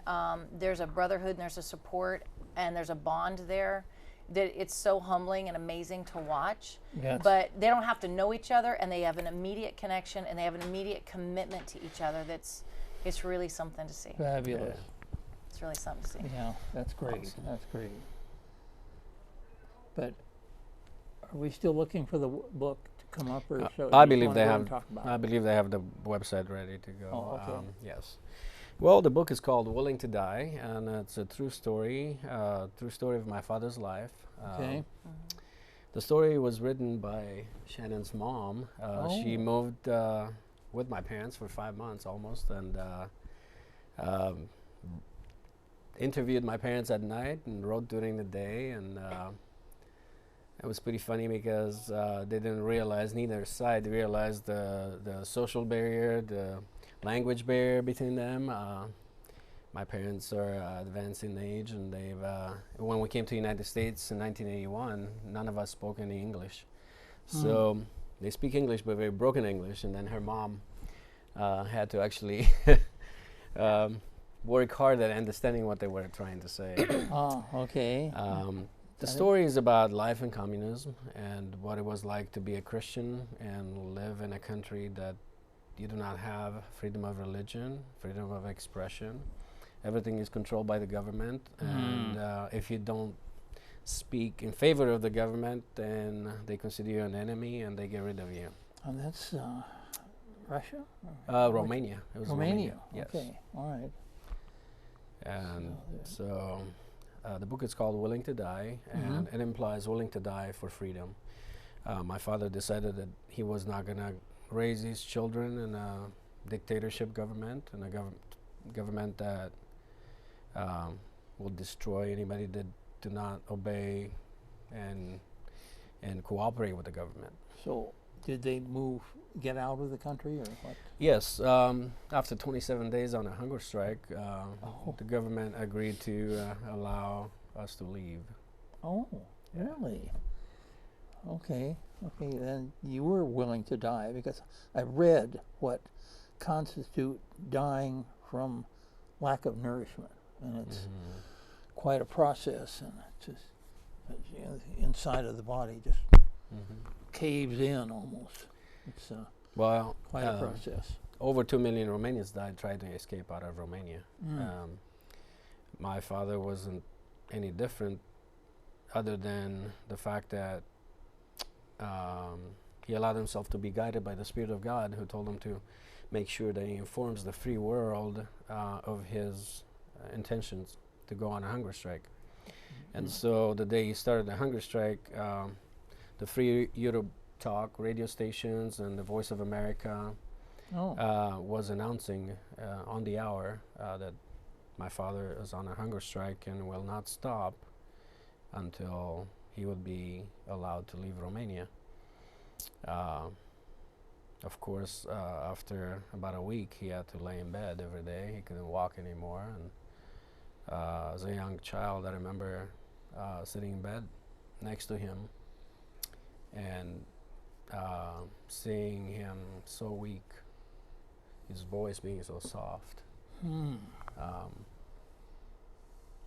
He truly was willing to die to make it to freedom. And so Shannon has a few things to say too. That's she a pretty stayed up. strong force.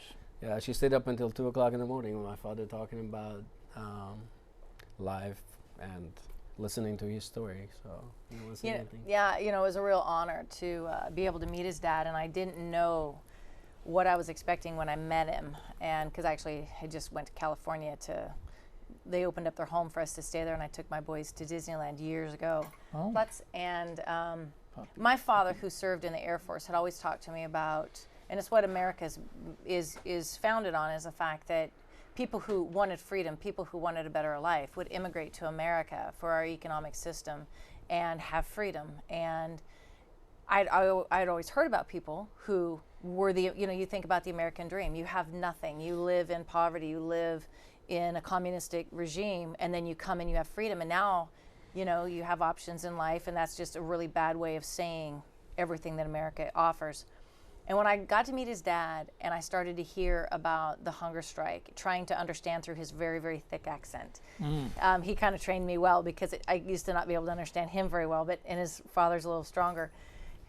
However, when I was listening to his dad's struggle, and I was listening to him talk about the fact that he would not stop because he knew his children would have, it wasn't about himself that he wanted to, that he went on the hunger strike. It was because he knew his children would have no future. Because if you read the book, you'll hear about the persecution of his children, or Ovi being the oldest son, being beat up by the police, and then sent home. And if his father had not allowed or made sure that the free radio knew about the hunger strike, for sure, they would have been killed, just like countless others who had tried, because the government would have made them disappear. And when I got to hear his dad's story, we talked until 2 o'clock in the morning. And I was hanging on every word that his father was telling me, because I was thinking, you're who my father has always told me about. You are the American dream. You did what my father had talked to me about. And it wasn't until his mother made us go to bed at 2 a.m. She said there was enough. But listening to his father was fascinating, and listening to his experience and his wisdom, but unbelievable strength. And that is the strength of the human spirit, of surviving and knowing inherently when something is not right. And you cannot bind the human spirit with communism and think that you're going to have joy or peace in your life, because that is not how we were designed. That's not how God created us. We were designed to be free and achieve, whatever that is, whether it's achieving and giving a gift like we are for the veterans, or whether it's economically. But the fact is that his father, John, wanted for his children a safe and happy future, and he knew it was not going to happen in Romania, and he was willing to do whatever it took to get him out. Was he a Christian? Was that part of the problem? What was the biggest part of the problem, that they were against him? Is exactly because they were Christian, Ovi. That was the main reason, yes. Just because he believed in a God. And if that God doesn't exist, why is a government afraid of the belief of one person? It doesn't make sense. But see, here in the United States of America, we have the freedom to believe in anything you want to believe in, and to pray to whatever God you want to pray, to express any belief that you have. And in Romania, in a communist country, you don't have that freedom. And the book is also a warning to the United States not to go down the road of communism. It doesn't work. Never worked. In the history of the world, communism never worked. It destroyed every country that gave it a try. And it seems like... And Romania used to not be communistic, right? Right, Romania was not communist, but in 1947, communists came and convinced the people that if they're elected in power, they will bring about a change and a hope that the people didn't have. They promised heaven, but then they delivered hell. I'm sure it's just like having a shroud over you, pushing you down, yes, controlling you. Yes. Oh. A heavy burden for any nation right. that wants to try communism. It's not. Is that the kind of things he talked about? Or? Oh, absolutely. I mean, the hours were full, and I wish I could remember every word but obviously it kept us awake. It was very compelling, but to hear what he had to say was chilling, because communist countries don't have, in that kind of regime, they don't have any compassion for the human. They were starving. Right. How old were you when you were at 5 o'clock in the morning waiting in the bread lines? 7 years old.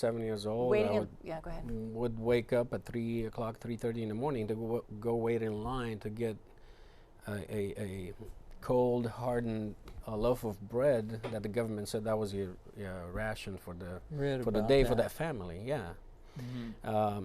Only to end up in line because people were fighting over that. I mean, hunger causes people to become enemies, brother to brother. Yeah. I'm sorry. One thing I want to say, you asked me what John said, some of the things he talked about. Right. One of the things that I remember the most about what he talked about, and he talks about this in the book, and I'm not a big reader, and so, when I'm going to read the book, I'm like, okay, and I'm busy, but it is such an easy, fast read. In fact, Ovi had just given the book to somebody 2 nights ago that stayed up all night long and read the whole book because it was so good. One of the things that John does talk about in the book a lot is God's grace and favor of how God orchestrated everything as far as putting the things in place, and the right people in the place and the right time to help John. God's hand is so clear in that whole book and John's whole story of how he was able to get his family out of the country. And it wasn't just his family with his children. It was, how many of your relatives, Ovi? 52 of our relatives came out of Romania, and that was directly as a result of my father's actions and taking a stand and standing against the government, an evil government everybody was afraid of. Now, I'll say, we don't hear that much about Romania here. There's so many other third world countries that we're in fear of. Well, communism is communism. It doesn't matter what the country is. Communism, I mean, if you look at communist countries all the way down the line and how they oppress their people and how the limitations, and I mean, the thing is that we're not hearing about all of it. What we do hear is bad enough, but we're not hearing about all of it. Right. But an economic system like that and a government like that, the outcome can only be what it's always been, and history proves that. Okay. And that's the one thing that America has to stand up and be aware of, is that, if we're going to learn, and then you hear this all the time, but the one thing we haven't learned is we haven't learned from history. We have to continue to repeat history all the time and go through it all for the new generations to learn and hurt from it personally, because we're not worried about what's happening over there to them. As long as it doesn't bother me, then it's okay.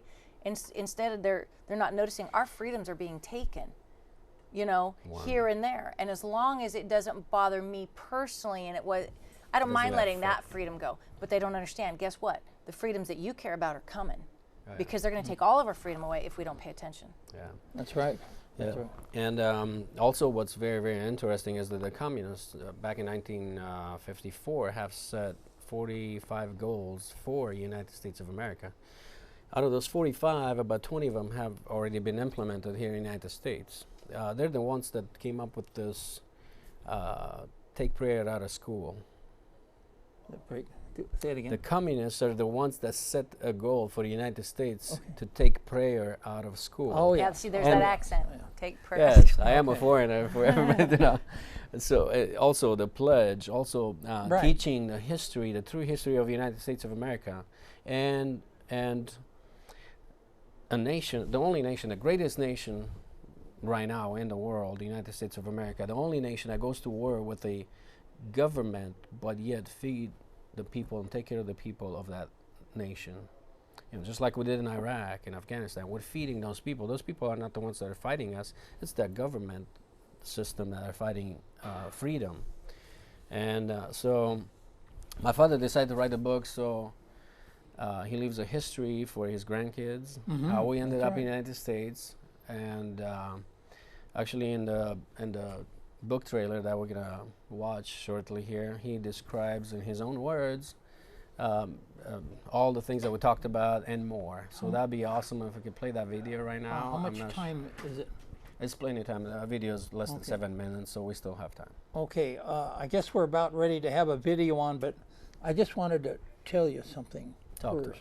And that is, when I was reading about the Second World War and the war dogs, and the dogs that were with the guys, and when they came home, the dogs were destroyed, and I couldn't handle that. It just blew me away.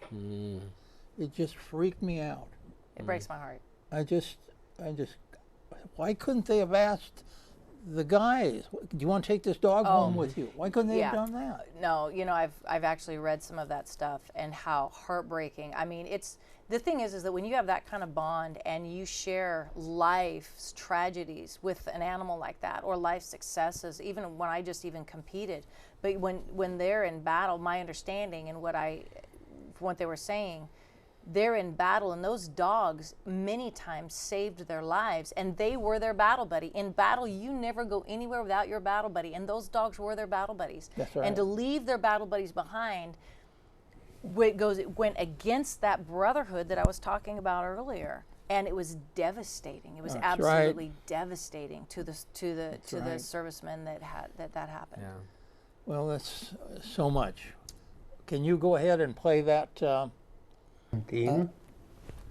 I was born in Romania in 1938 in a family which I was the last child in the family and the only boy in the family, and have 5 sisters.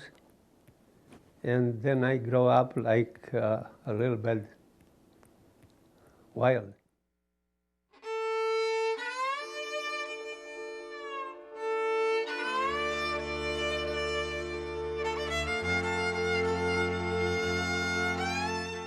My favorite things was to dance with my sisters.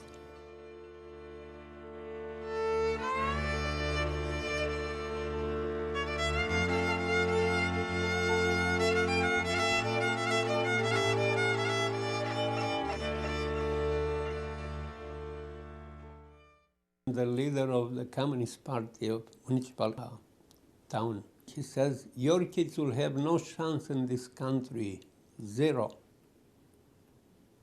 I said, why? He says, because you are Christians.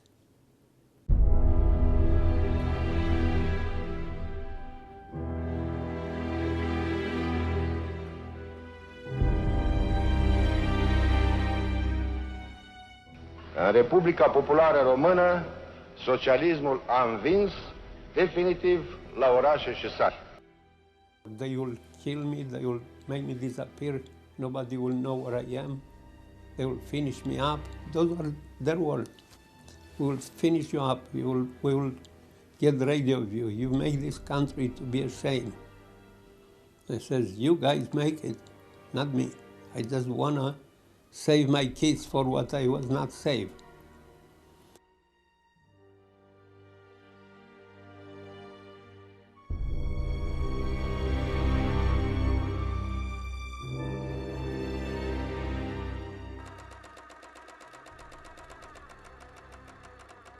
They look at me and says, you're a capitalist.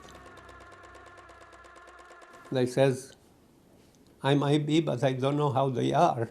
But maybe a time will come, then I will know what they are. Because they used to call me capitalist whenever I did not agree with them. Capitalism during that time in Romania was the worst crime you can be called with, you know. That was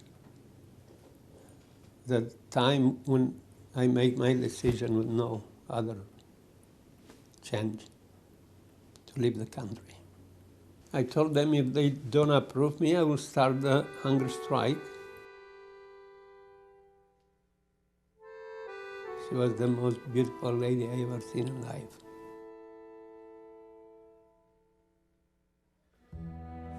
I was not afraid that I would die. I don't know what happened, but I was never afraid that I would die. But also I had in my head, if I have to die trying to sell my kids, I will do it. And I told them, when they bothered me to stop, I says, I will never stop. I will die or you let me go free.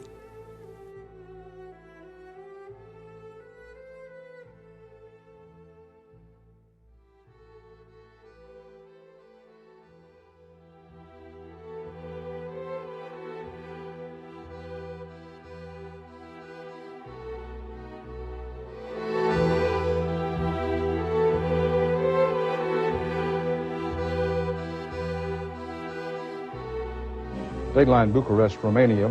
Bucharest Radio reports that ousted communist dictator Nicolae Ceausescu and his wife have been executed. They were executed for, quote, grave crimes against Romania. Bucharest television announced the executions with the words, "Wonderful news, the Antichrist is dead."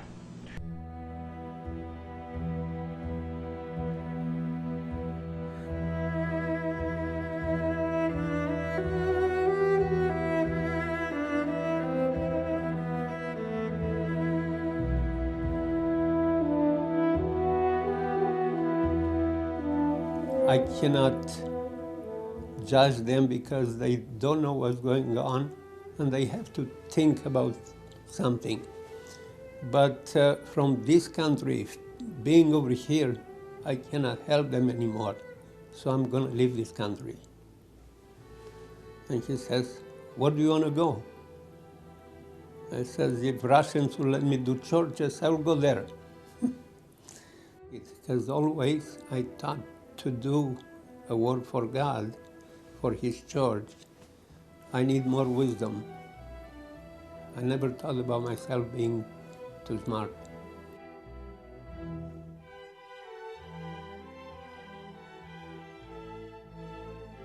Hej från Mosul. Yeah. When we were ready to leave, one of the communist bosses called me and says, John, watch out what you are talking about when you go in the States there in America, because our hand is long enough to reach you there. I thought that's just a threat, but it was a reality. I wrote a book, Willing to Die, special for my grandkids to know what was the sacrifice for us to leave that country and what we go through to can bring them in a country which they enjoy the freedom. Told them straight, I says, whenever you hear people talking about the socialism and communism, you will know what to expect. So I just want you to know, because when they try to convince people, they tell all kinds of lies. But this is what we live through. So I hope you believe me instead of a lie.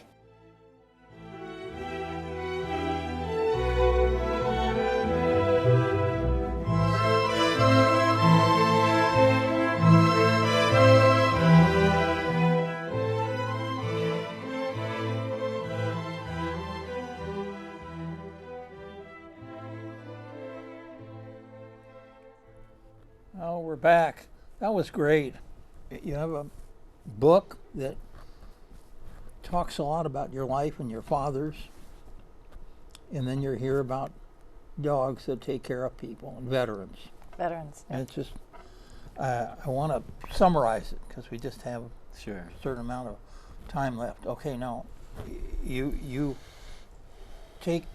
train and take care of dogs and get them ready for the veterans that are on the list that are waiting for them. Yes, we take dogs out of shelters and we train them to be service dogs for veterans, yes. Okay, okay. I mean, you have to have enough money to eat and everything else yourself. I hope that it's a nonprofit that still provides, you know. Well, you know what? Actually, 98% of all the money that comes in goes for the dogs. We have a secretary, and we have somebody that helps us with media. But other than that, Ovi's work, my work, what we do, where we keep the dogs in the facility, Man's Best Friend, there's a wonderful vet, Orchards Veterinary Clinic. They provide all of the medical care of the dogs for free. Yeah. So good-hearted people who want to be a part of making the difference in the lives of our veterans and say thank you with their gifts and talents are all coming together and making it possible for us who in 3 years, in 2 weeks, we will have completed 22 teams. A team is a veteran and a dog, so we've had 22 teams in 3 years. And it's because of people like Ovi and Orchards Veterinary Clinic and Man's Best Friend that and then all of our wonderful volunteers that make it happen. Also, Shannon Walker, she doesn't get paid for this either. Yeah, I don't get paid. Right, well, I could miss a meal or two, but I still eat and I don't get paid though. People still have to survive. Yes, and so, yes. No, that's right. You know, I do want to say that these veterans are the heroes that have fought and served us all. And when I say all, I don't mean just us, the American people. I mean all nations around the world. Yeah. Where they go, they fight for freedom.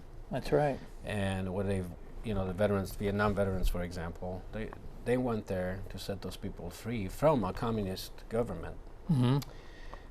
They deserve our best, and we hope and pray that finances come in somehow to where we can put out and serve more veterans than we're doing right now. Right now, all the work is being done and financed by Shannon herself. I volunteer, I help with what I can, and there's a lot of volunteers, but there's only so much we can do. She's done most of the work. I hope to continue to put that website up. No matter what, there's still the kind of thing that people should inquire about, see what they can do to help. Absolutely. Yeah, Yeah. thank you. Thank you very much. Oh, that's right. So it's really been a double deal here. We've had a book and a thing about the dogs. Yeah, we also have a website for the book. Oh, really? Willing to Die? WillingToDieBook.com. So. Okay, okay. Yeah. I suppose somebody could even get it out of the library or something if they wanted to, but that's yes, or Amazon carries it. Kindle. Okay. Barnes and Noble also has it.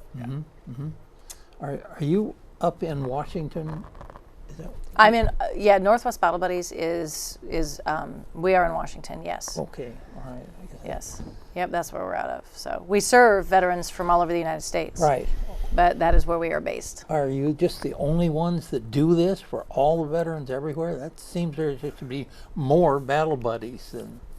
Yeah, you know, I think that there's quite a few service dog organizations out there, but they don't all do it like we do, and so that's the difference. Yeah. And I do want to say this is very, very essential for people to get involved, to partner with Northwest Battle Buddies, to get involved. I don't know if Shannon mentioned it earlier on, but there's 22 veterans a day that commit suicide related to PTS. That's a lot. That's too much for a country, the richest country in the world, for us to allow the veterans, the ones that fought for the freedoms that we have, that's right, for us to allow them to be so depressed and not take care of them. That's right. So I believe that we can do it. There's just the right timing for finances to come in, for people to we need a lot of exposure, and thank you for calling us and having us on the show tonight.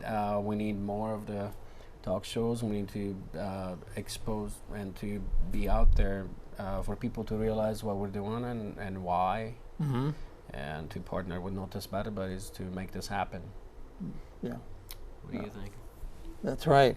Oh, absolutely, absolutely. But I also think that people need to buy Willing to Die and that book because the story is very compelling, but it's also educational.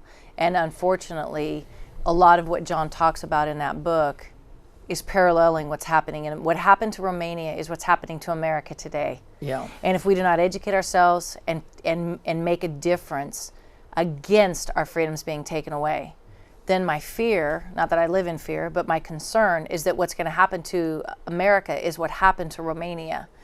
And the book is, it's very well written. My mom wrote it, so I'm not saying it's well written because my mom wrote it, because she knows I love her, so I could say whatever. But the fact is, it's an incredible story. It's very compelling. It's educational. It's a very easy read, but and I think it's a must read. Well, I totally believe. Ridgefield High School, one of the teachers bought 10 books because she wants to give it to all the teachers, English teachers, and to have the students read the story to see what happened. You see, we have a naivety, is that the right? That was good. About ourselves. Right. We have everything that we need. We're complacent. We're in a comfort zone. We're so blessed. Where even dogs eat better than people in third world countries, and so therefore we're not interested in what could happen to the freedoms that we have, and we're losing one by one. And it's shocking that the people of the United States of America are giving up freedoms daily so easily. They don't know what it takes to take back those freedoms. You're totally right about our veterans needing yes, the absolutely. help they got. And that's the reason I'm involved, and that's why I support and love what Shannon is doing. And okay, well, I want to thank both of you for Ovi Montine and Shannon Walker. Oh, yep. Okay, for coming on our show today. And of course, you've had an opportunity to see to go to them on their website, and for both the book and the Northwest Battle Buddies. And also, I want to thank our crew for doing everything to make this show possible. Thank you. Just one more thing that we count on totally. We couldn't even do this. Yeah, we couldn't do it without them, that's for sure. Without our crew. So that's really appreciate their doing that. And it's and for you bringing a couple of very good clips to see. My pleasure. Thank you. Thank you again for having us. No, that's great. It's been a very helpful show to know about this. Good. This stuff that you're doing. Good. Well, we're just about there, just about through. It's been very good, very good show. Thank you so much. Break. Come on, bud. Oh, puppy. Yeah. He's down here snoring.